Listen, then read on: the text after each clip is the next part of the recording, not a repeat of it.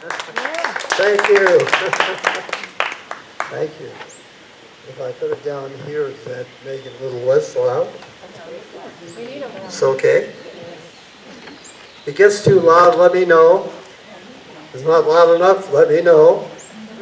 If you fall asleep, let me know.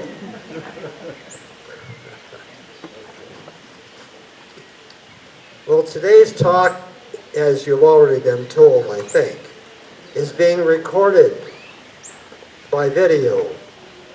So later you can review what it is you feel that you have missed, because we're going to cover a lot of stuff. And if you have a handout, it will save you taking a lot of notes, but you may still want to take more.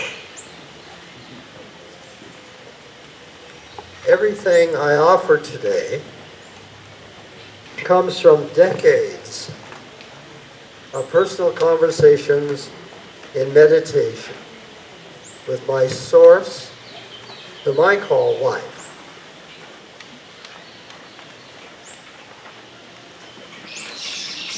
And if you can't take notes today, you'll find much of what we're going to talk about is already in a couple of books that I've compiled. They're on the list of bibliography that you have. And the two books are Perspective, Ascension Perspective, and Karma Transformed. And those two have a lot of what we'll be talking about today. If you want to discuss anything further, you have an interest of some kind, I offer a free consultation in my office. And if you just sign your information on this sheet, and there'll be a couple of them up here, then I'll contact you and we'll set a time.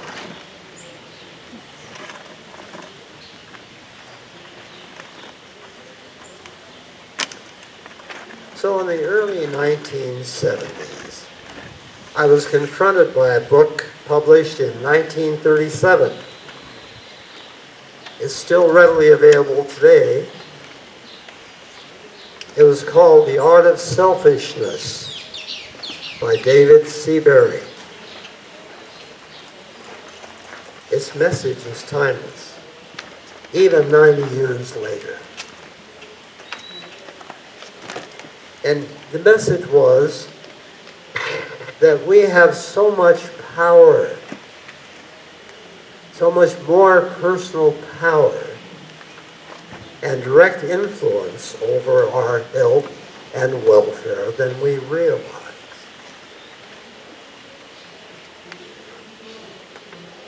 But I suggest that can change for you today. Be sure to read or listen to another classic book published in 1910, readily available today because of its message. The book was by Wallace Wattles, called The Science of Getting Rich. It's really about self-transformation. It's a magnificent book. So by reading it, it would help you reconstruct and manage a new perspective. Even though the presentation seems a bit outdated from 1910, its message is timeless again. And those are both listed on the notes that you have.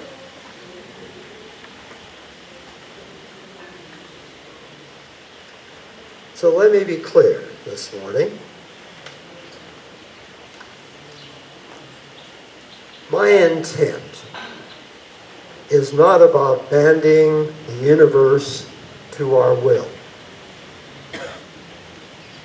or getting on the right side of luck. It's not even to show you a cute trick to fool ourselves.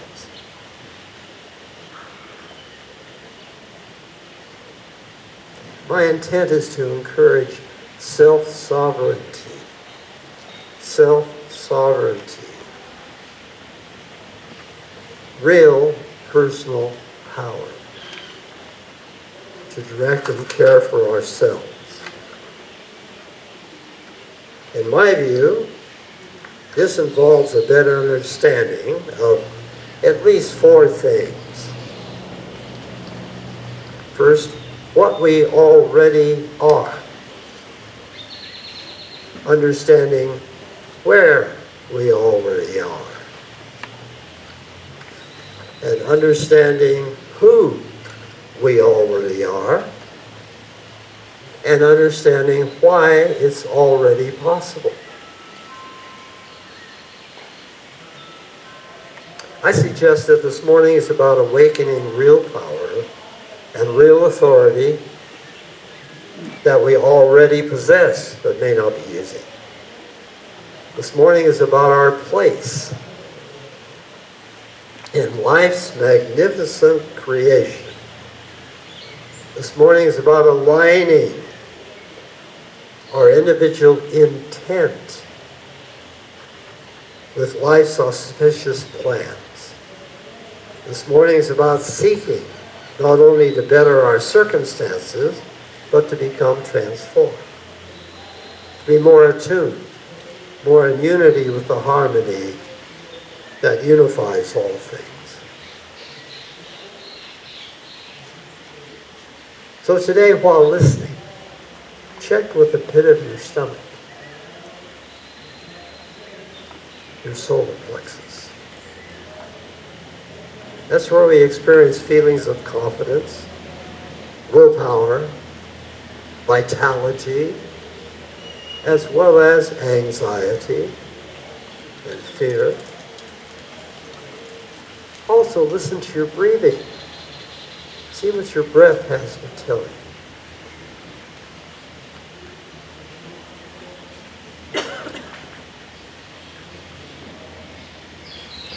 Well, it was Los Angeles, in summer of 1946. I had just graduated from junior high. So excited, going into high school. I was a typically bright-eyed, idealistic, authority-respecting, sports-loving, impressionable 14-year-old boy. Without warning, I became very ill with poliomyelitis.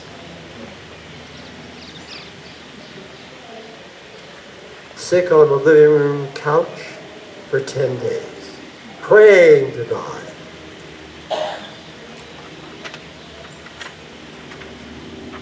My mother was on a 10-day trip. My father worked every day in the next city.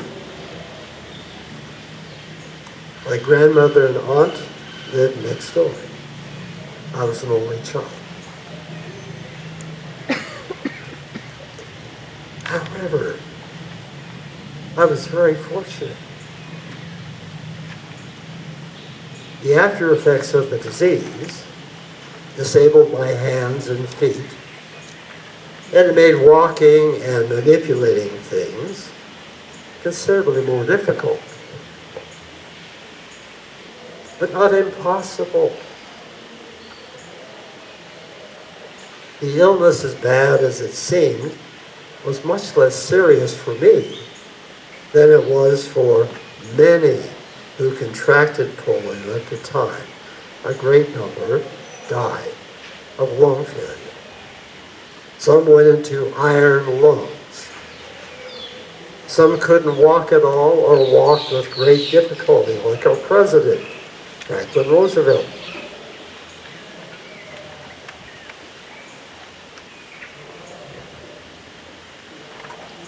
It was some time after that my father, a shy, uncomplicated, reliable man, attempted to encourage me, offering his frame of reference with condolences, saying all that he knew to say. You'll be all right, son. Illness shows that you're just human. We all get sick. And if you live through it, it makes you stronger. The doctors say it's too late to do anything now. Just a fact of life. How you deal with its effects is a more important question. Can't let it sour you. Adjust, adapt. Just an inevitable part of life.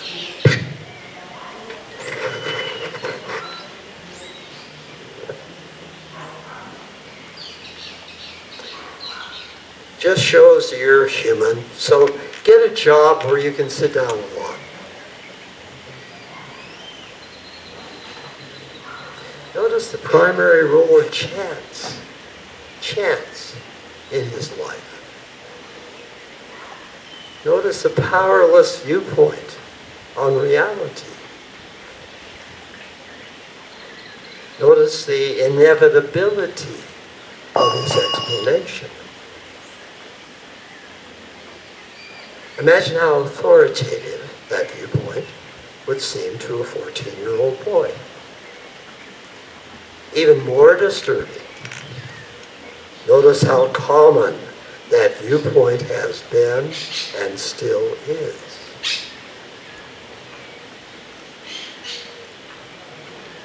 Feeling exposed, not knowing what else to do, I partly closed out for self-protection, going more into conscious neutral a lot. My power to choose health, to refuse illness, suffered a near fatal blow. Health and wholeness no longer seemed a reasonable option.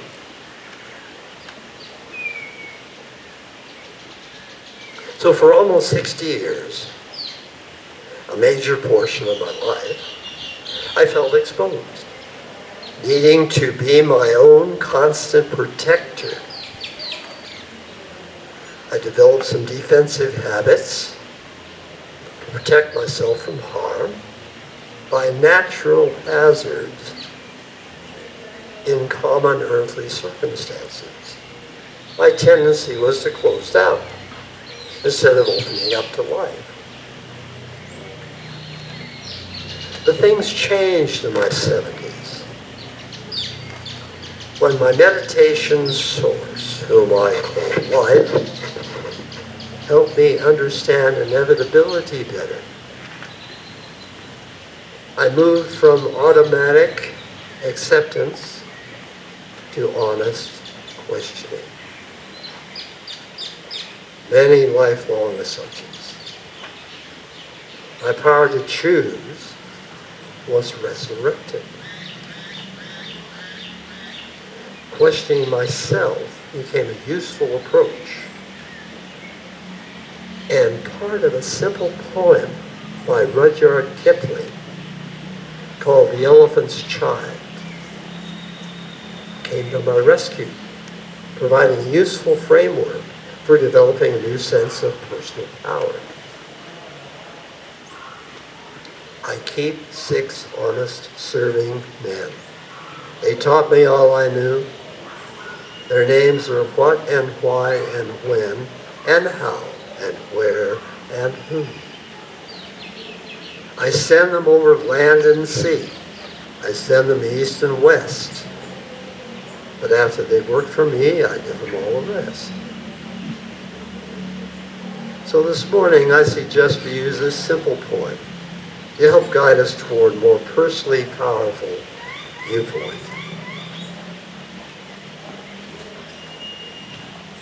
The first question I'd ask is, have we forgotten what we already are? Some fundamental capacities that we all share, when enlivened and given authenticity, they contribute to our sense of personal power. These capacities can help us confidently assert our power are and question inevitability, just as children do. Think along with me. Sense the self-sovereignty, the dormant latent power involved in these capacities. Your first reaction is most helpful. We'll move through the lists quickly. So note that having the capacity is the question, not how accomplished you are. Listen for the capacity which resonates most with your solar plexus. Are your 5 senses functional, compensated for weakness?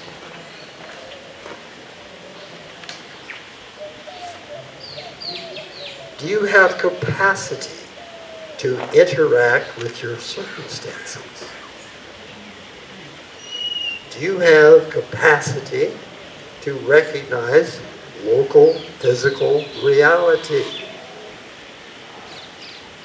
Do you have capacity to recognize and disengage from a threat? Do you have capacity to recognize authenticity and truth? Do you have capacity for conscious awareness and a viewpoint? Do you have capacity to develop an intent, a purpose, and act on it? Do you have capacity to focus, stay committed to a goal? Do you have capacity to reflect on your values and your motivations? Do you have capacity to choose, accept, or refuse possibilities? Do you have capacity to reflect on your abilities and judgments? Do you have capacity to adjust? Do you have capacity to Do you have capacity to respectfully advocate for yourself? Do you have capacity to bounce back from discouragement? Do you have capacity to be hopeful in your outlook? Do you have capacity to understand and empathize with others? Do you have capacity to review, manage your own feelings and thoughts? Do you have capacity to remember and contemplate experiences? Do you have capacity to imagine and dream? Which capacity resonated most with you? Develop that capacity to a level where you best function, and new personal power and self-confidence will come.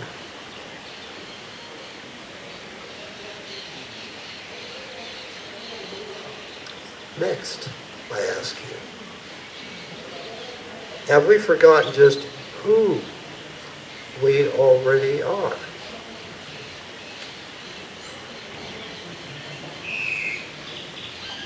Please permit me to offer for your review my evolving understanding of who we already are from years of interactive meditation.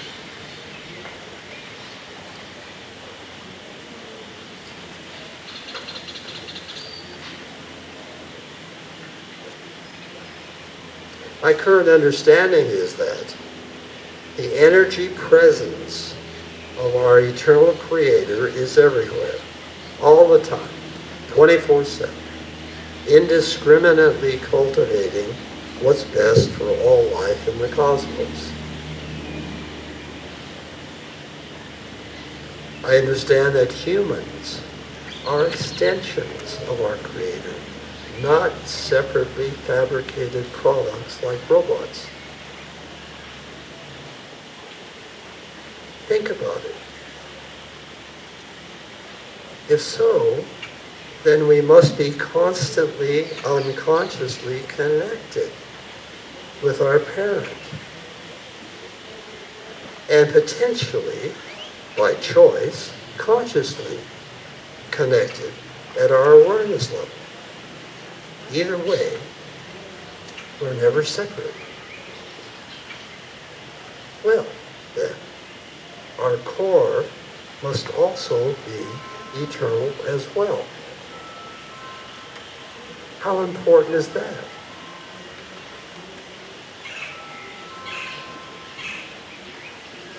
And we aren't finished. I also understand we've inherited the qualities of our parent. From a brief review I did of the two books that I mentioned earlier, more than 50 primary qualities were quickly identified. Let me list just a few.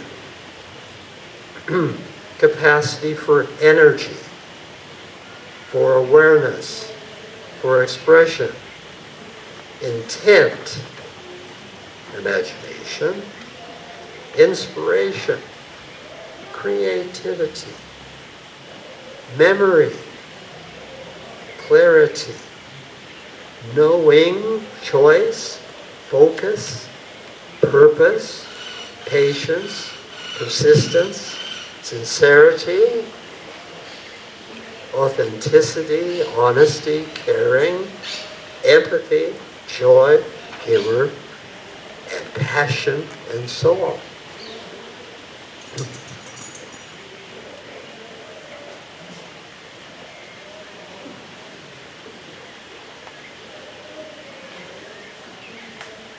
I understand that the primary and constant concern of our parent is for the very best interests of all life everywhere in the cosmos.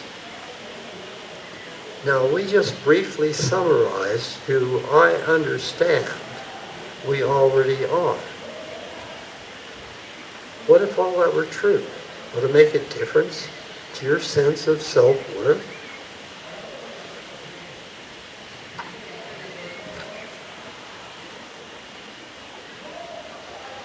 Now, the qualities of our parent are not necessarily obvious in the choices we make. Look around. What's the news? You'll see why we're here. From what I see, one big reason is to learn how to make better choices.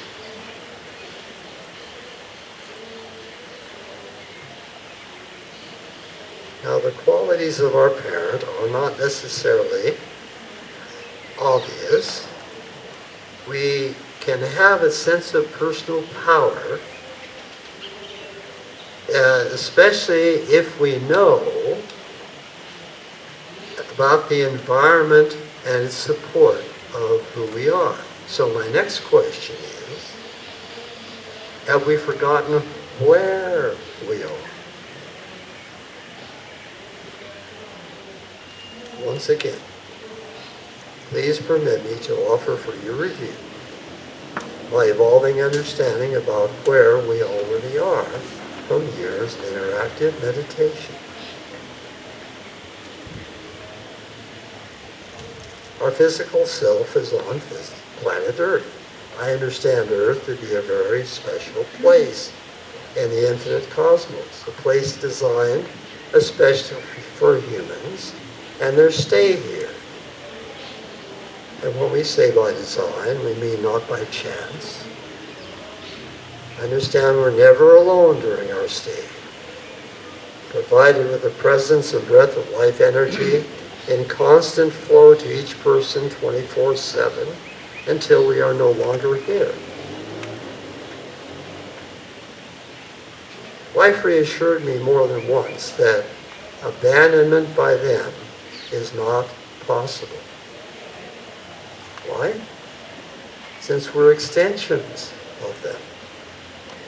not separate entities. So there's no sluggishness or hesitancy on their part to respond at any time. They are always available to us. So, life does not have to be summoned, because life is not preoccupied, asleep, or on vacation. There's no such thing as a busy signal. We will not be transferred elsewhere or be put on hold. And the line will not drop out. In short, we are connected unconsciously with life at all times, never alone. Never alone. And it's even more reassuring to know we can connect consciously and unify with life's wisdom at any time of our choosing. So, I understand Earth to be part of the cosmic family, and that the cosmos is a place of ubiquitous change where life-supporting cosmic energy connects us all and surrounds us in constant flux. This means change is to be expected here. So uncertainty is a natural and unavoidable part of life on Earth.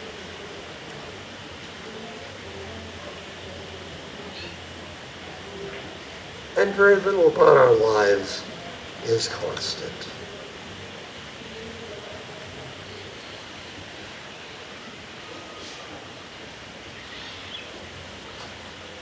This creates a necessity for real choices to be made. And real choice requires access to all possibilities and all probabilities and all polarities. So our choices define the quality of possibilities and probabilities available to us at the time, benevolent or malevolent.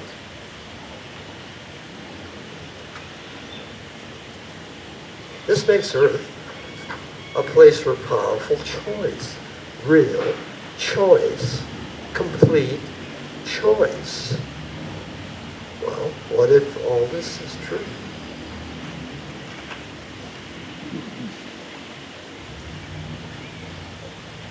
I understand by life's own rules, our parent will not interfere with what we choose unless specifically directed to do so by us. So Earth is where our individual viewpoint designs both our intent and our attitude. They directly empower our choices, resulting in the possibilities and probabilities of our life. So, we design what is possible in our own life.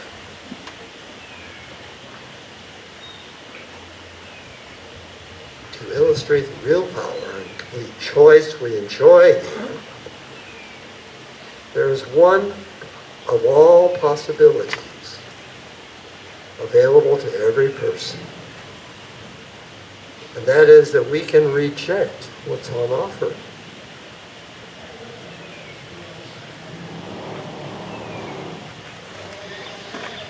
We can choose to be disconnected from total conscious unity with our Creator, even at our own peril.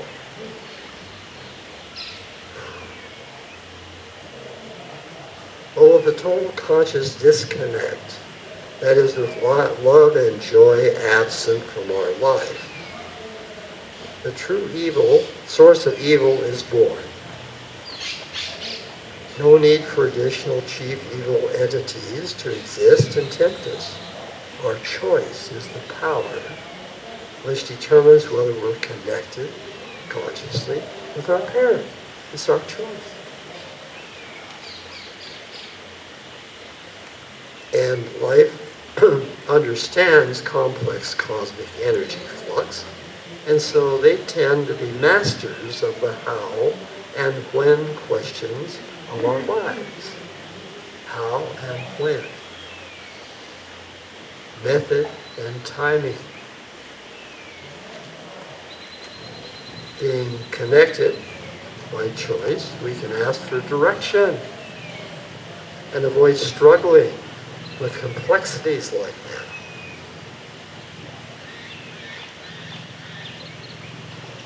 So far, before asking a why question, we have considered what you are, what you now are, with all your capacities, and who you now are from a cosmic parenting and inheritance viewpoint, and where you now are with all the environmental support supplied. So what are you thinking?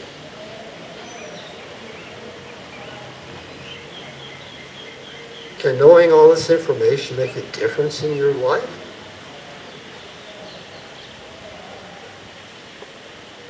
We've asserted that a real sense of personal power follows our choice to act with the intent on the what, who, where, how, and when questions of our lives.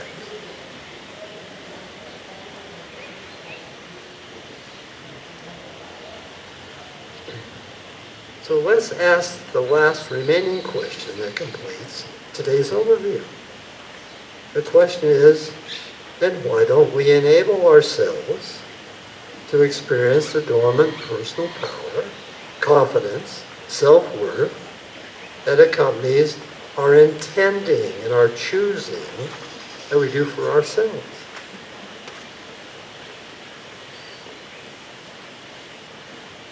Let's turn to something from the world of tiny energies called quantum physics.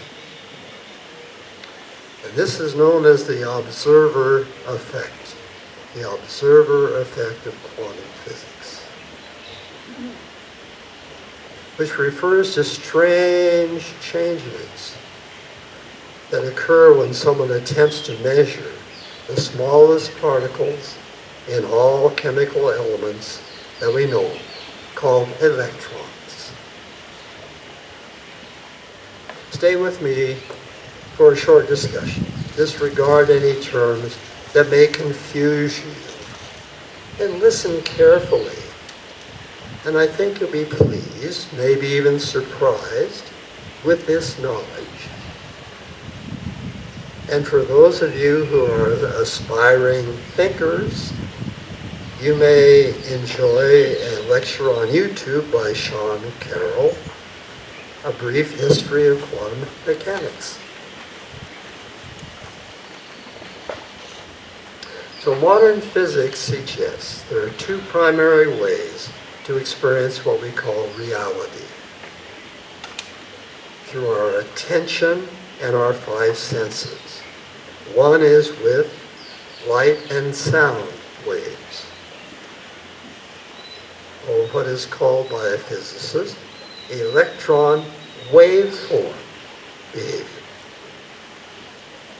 The second is by way of physical objects of our daily reality, which is called electron particle form behavior.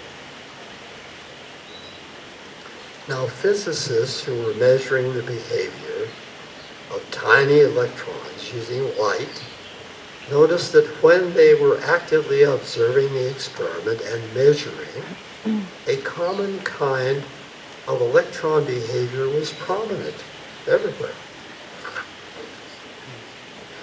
called particle form. This kind of activity is found in atoms making up the physical objects of our life. It's called deterministic behavior because the electrons in physical objects are easily measured and accurately measured. But when the scientists were not actively observing or measuring, the prominent electron behavior changed on its own, changed on its own. And it became what's called waveform behavior, which is also called probabilistic behavior because it's not easily or accurately measured. So the probabilistic electron behavior is experienced as more as possibilities and probabilities, defining the state of the next moment, or what can be, more future tense, reality. We're more familiar with the classical particle form reality in our daily interaction with physical objects. Look around you. The way this room appears right now. More present tense reality.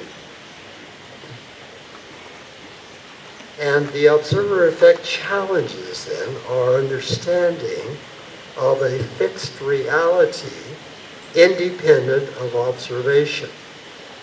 Because the mere act of observing a phenomenon can alter the outcome. So questions arise about the very nature of observing. Questions arise about what conscious reality really means. And the relationship between the observer and what is being observed. So the observer effect suggests that our reality may not exist independent of our intention and focus. Our perception of the world seems intimately tied to how we interact with the world and may depend on the quality of our intention and our focus. Our intention and our focus. So reflect for a moment. Reflect on how different you become when you sense someone watching you.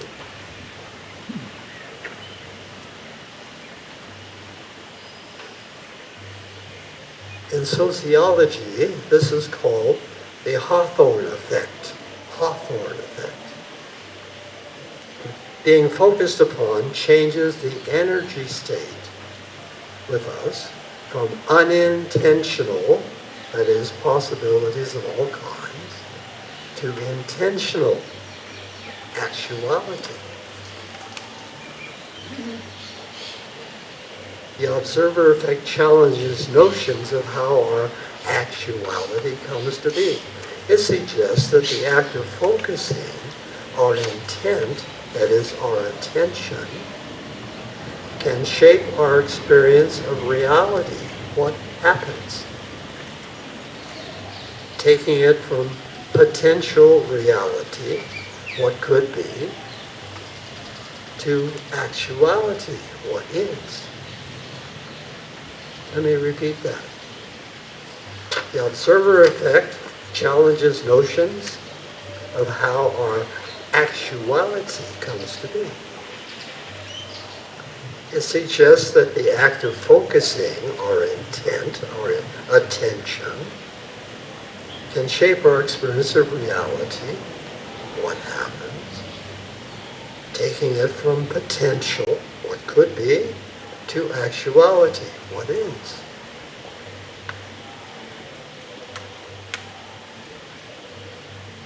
Observing also affects the observer's expectation of what occurs. So, focusing our intent results in changes in both directions. Changes in our reality from what can be to what is, and changes from what we expect to happen to what actually happens.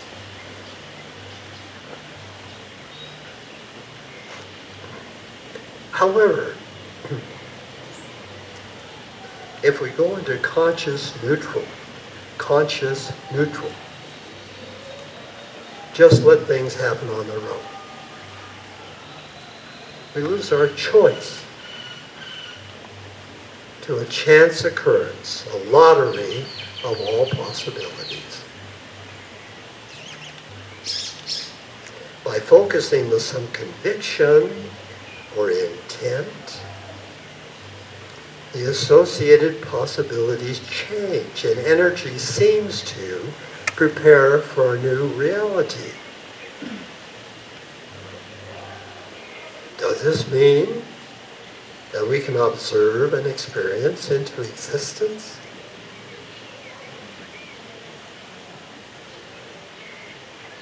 If so, then don't we have what Jesus proclaimed over 2,000 years ago?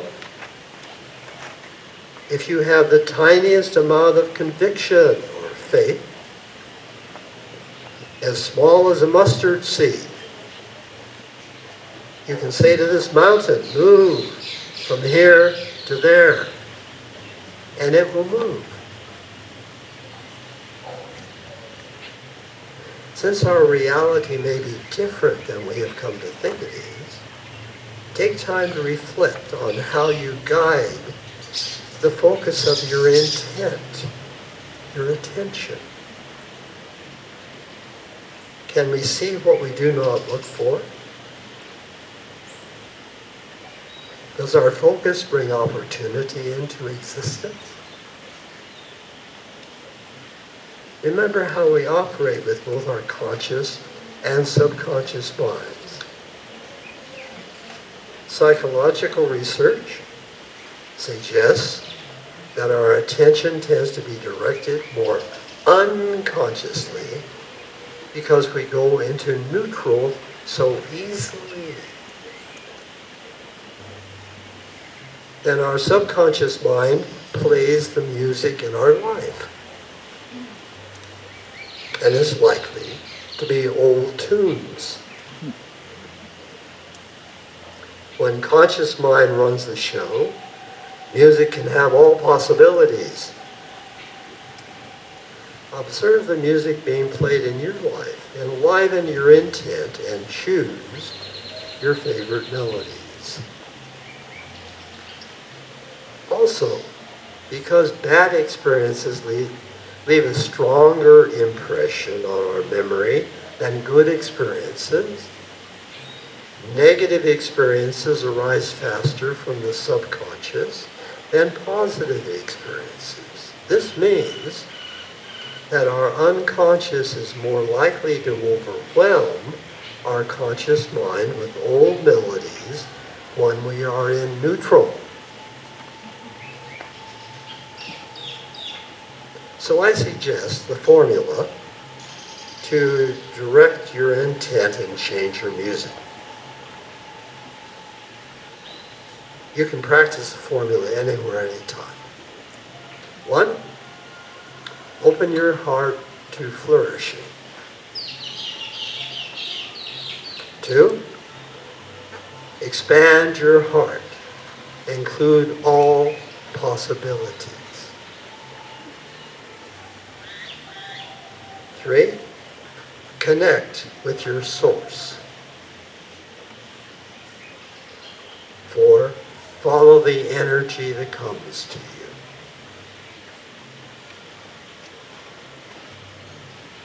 So, what if all that we discussed today is true? What difference would it make in your life? Assuming it is true, you can build your self-sovereignty. Let's continue further examination of our self-sovereignty at another time. And in the meantime, inquire about the observer effect. Try questioning inevitability as a childhood. You have the authority and the power to do so.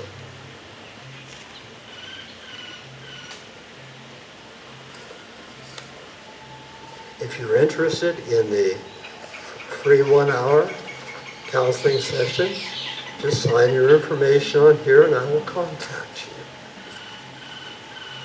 I thank you for both your attendance and attention today. Life's blessings to everybody. Thank you. We're going to take questions. I'll bring the mic around. Okay? And you wait for the mic, please, before starting.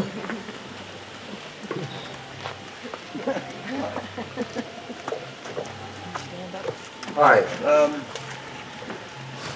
Aside from the little piece on quantum physics, which, you know, was simplistic given this environment, but much of what you say isn't fact, it's opinion. Would you agree? Well, opinion by scientists, yeah. But what you say is that your opinion? You expressed your opinion. It's my experience. Okay. It's my experience, yeah. So I'm very curious about, and this is a very obvious one, when I've met many people who say, open yourself to all possibilities. So just imagine I'm a teenager in Gaza, or a young mother in Somalia, or a Jewish grandmother in Auschwitz. How do I do that? Open myself to all possibilities when the possibilities are very narrow and deadly. Yes, that's right. Well, the possibilities physically are narrow and deadly. The possibilities non-physically are enormous. Yes, let's go on. You may ask, I just want to say one other thing.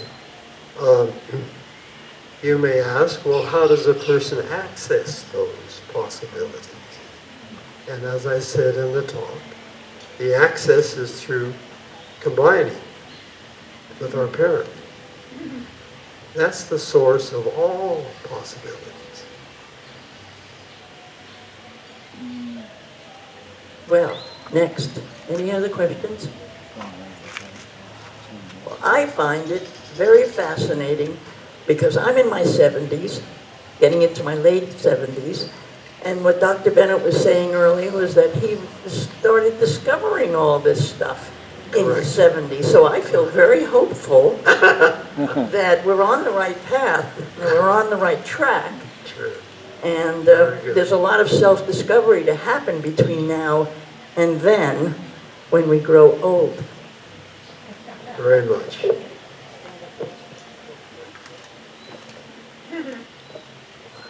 I'm interested in how you've told us what to do. The 4 steps at the very end. I'm sorry, the 4 steps at the very end. Where, you know, I guess creating a space or time to allow yourself to go there. Would one do it daily, often? You know, how many? I guess how often and where one might do it. Create a safe, you know, quiet space. Go there, whatever. Yes, well, the 4 steps I mentioned, I suggest you start there. There are 4 things you can do. First one is the most important and probably the hardest at first, is to open sufficiently to allow yourself to be available to change. Great. Anybody else?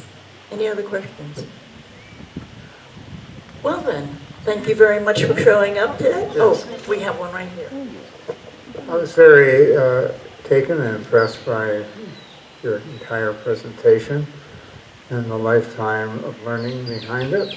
And I was wondering if one wanted to adopt your point in presentation and point of view, how would one start and continue? In other words, is it just those 4 steps? Or if you could just expand on that a little bit, I'd Sure. appreciate it. Lovely question, thank you. Well, you start where you are. That's number 1. That may sound trite, but if you think about it, and you discover where you are, then you'll know where you're starting. So the first thing is to discover where you are. I don't mean physically. I mean where you are in terms of your own evolution as a person.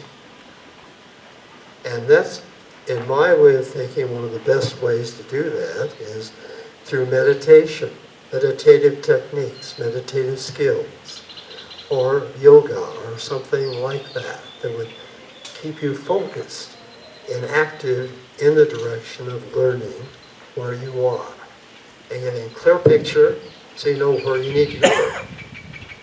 Because until we know where we are, it's hard to know where to go, how to get there.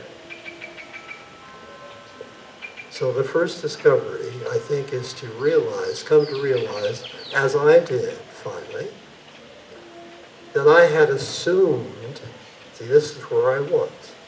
I had assumed things I took as, final word, so to speak, as gospel, so to speak. And as a result, that was limiting my life. I didn't realize that until somebody, wife, pointed it out to me in meditation. So where we are is very subtle. It's in the subconscious mind to a great extent. And so when that comes forward, that is when we're open enough, we can look at everything and look at everything with calmness and see it for what it is, then that helps us know where to start and where to go from there. That's why it's called self-discovery. It's really a self-discovery process. But you need to know where you're coming from, where you're starting. One simple thing that people can do is to become aware of how they use their intent and their focus. Because that's what this was all about, wasn't it? When you come down to it, intent and focus are a subject of a lot of things here. So be clear to follow yourself and how you give attention to things and what things you give attention to and how your intent is affected by that. It's very important to just be aware and recognize. That'll help you get going. You may be surprised. You may be surprised at where your mind is spending its time. That would be great, wouldn't it? If you discover some things. Yeah.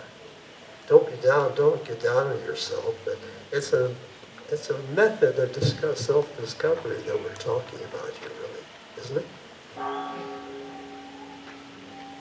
That's a great question, isn't it? Yeah, great question. Anybody else? Well, then come next week, mariachi time. Enjoy the rest of your day. Thank you, Dr.